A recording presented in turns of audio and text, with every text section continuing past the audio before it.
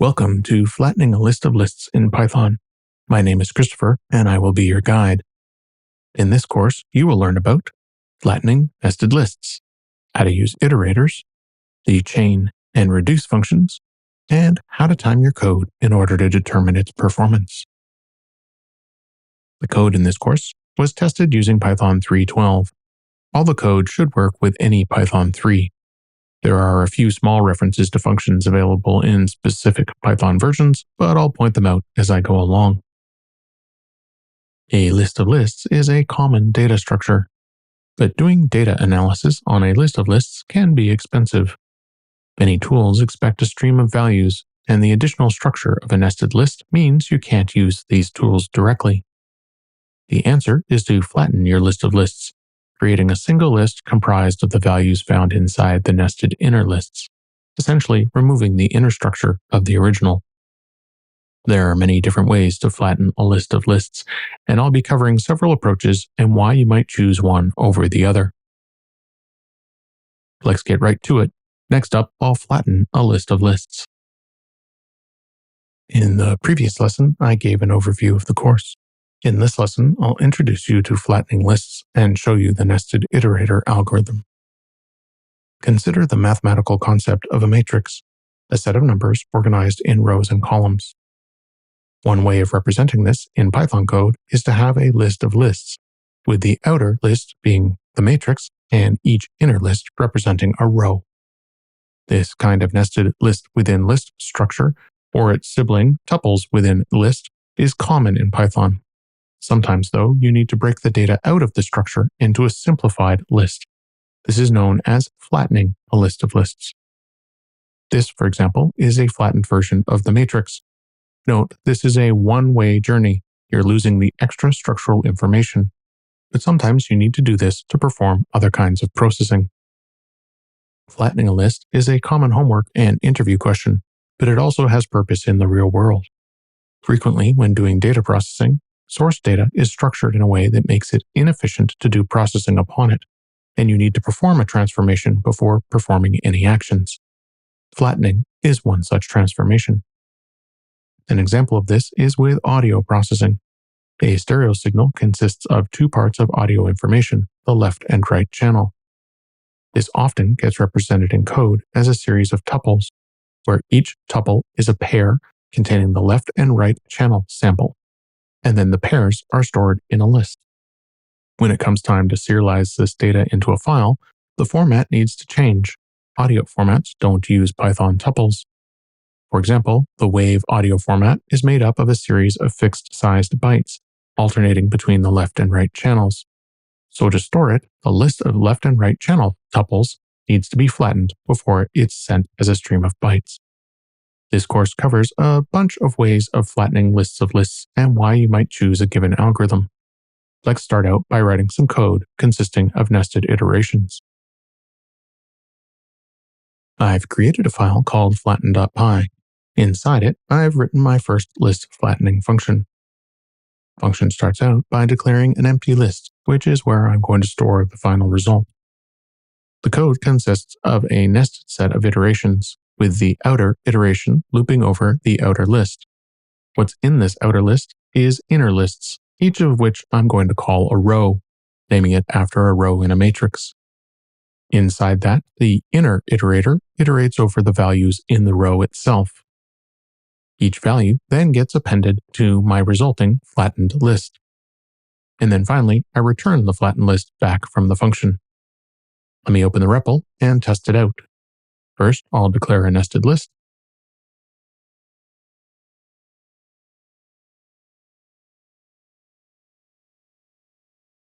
Next, I import the flatten loop function from flatten.py. And finally, I'll call the function on the nested list. Remember, the REPL prints out the return response of a calculation, and since I didn't store the return response, it shows the flattened list directly here. Let's try another one, maybe something a little bigger.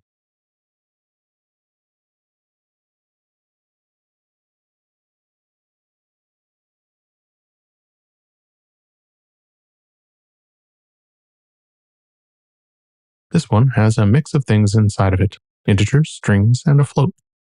Our flattening function doesn't care though. As long as it's lists inside a list, the nested iteration approach still works.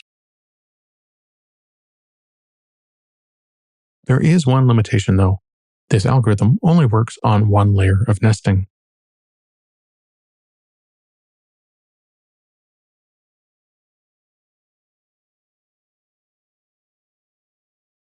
Triple is still a list containing lists, but the second inner list also has a list inside of it.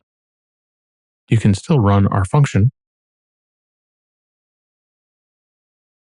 but the triply nested item is treated as a single thing. All the algorithms in this course will only deal with 2 levels of nesting. For more than that, you either need another level of iteration, or, like in this case, where it's mixed as to how many levels there are, you'd need a recursive processing algorithm, which is beyond the scope of this course. You've seen the base case. Next up, I'll show you how to take advantage of lists' built-in methods to write some more efficient code. In the previous lesson, I showed you what flattening a list means and introduced the nested iterator algorithm. In this lesson, I'll use some of the features of a list class to take a more efficient approach. Our first attempt at flattening a list used nested iterators. The outer iterator processed the outer list, while the inner iterator appended each value in the inner lists to a result. This approach isn't particularly efficient, as it means you have to visit each item in the inner list. List classes have methods that allow you to perform operations on the lists, like merging them, which you can take advantage of. This means you don't need the inner iterator that visits each item, and it can be a more efficient approach. Let's go look at a better function. Throughout this course, I'm writing all of my functions inside of the same file. I'm doing it this way so later I can do some funky performance evaluation stuff. So still in flatten.py, and this is my new function called flatten extends.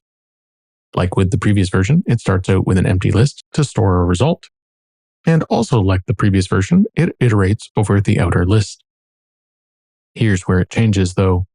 The list extend method takes the contents of a list and sticks it on the end of another list. So here, in one function call, all the values in a row get stuck onto the end of our result list. This one call replaces iterating over each of the values, which is how I had done it before. The longer the inner lists are, the better this algorithm performs, as it's doing in one call what previously required a call for each item in the inner list. This code's even better than that because the list class code is actually itself quite efficient, and you're letting the built-in library handle this rather than writing your own Python for doing it. And as will happen in every version of our algorithms, the final thing here is to return the newly flattened list. Let's try this out and make sure it works.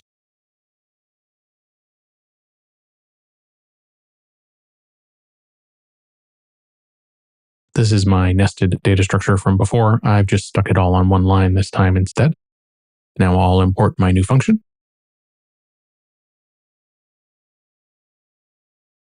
And call it. And there you go, a flattened list. The list class implements the += operator. Operators in Python actually are syntactical shortcuts. When you say x + = 3, in the background, Python is translating that into a method call that adds 3 more to x.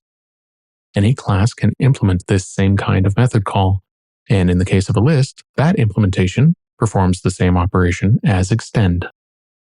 Let's see this minor change in the code. Back in my flatten.py file, this time with a new function called flatten concat. The only difference between the concat version and the extends version is the use of the += operator. This requires a bit less typing, but depending on how familiar other programmers are with this feature, it might make the code a little less clear. It's sort of a style difference. Let me test it out.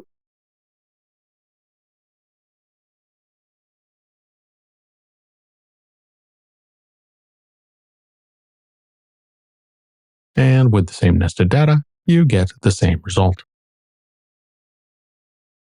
Next up, I'll show you how to use a list comprehension to flatten lists.